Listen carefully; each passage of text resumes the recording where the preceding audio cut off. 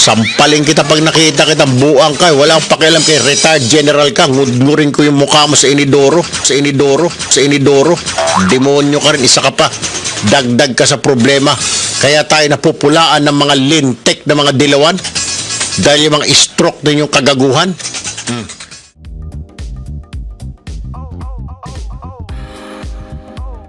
Putragis ka, isa ka pang general ka na, wala kang kwenta. Ewan ko ba, bakit ka nalagay ng Pangulo dyan, buang ka? Baka magaling ka lang magdila, nagpunyeta, magsipsip, buisit ka.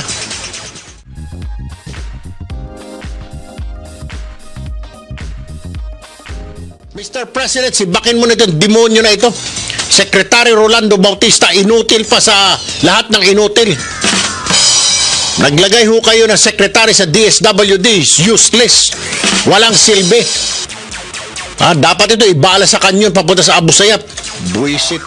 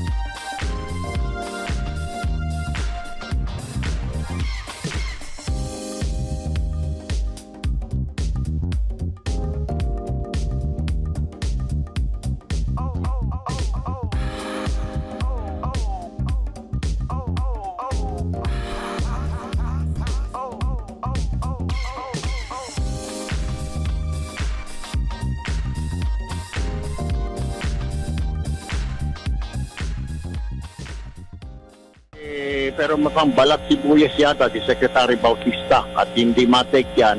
Tinawagan pati mga kaibigan niya sa klase niya sa PNA. Yung mga sinabi ko yung excessive, sobra-sobra, humihingi ako ng kapatawaran doon. Okay. Pero yung komentaryo ko na napuna ko siya, hindi ako humihingi ng patawad.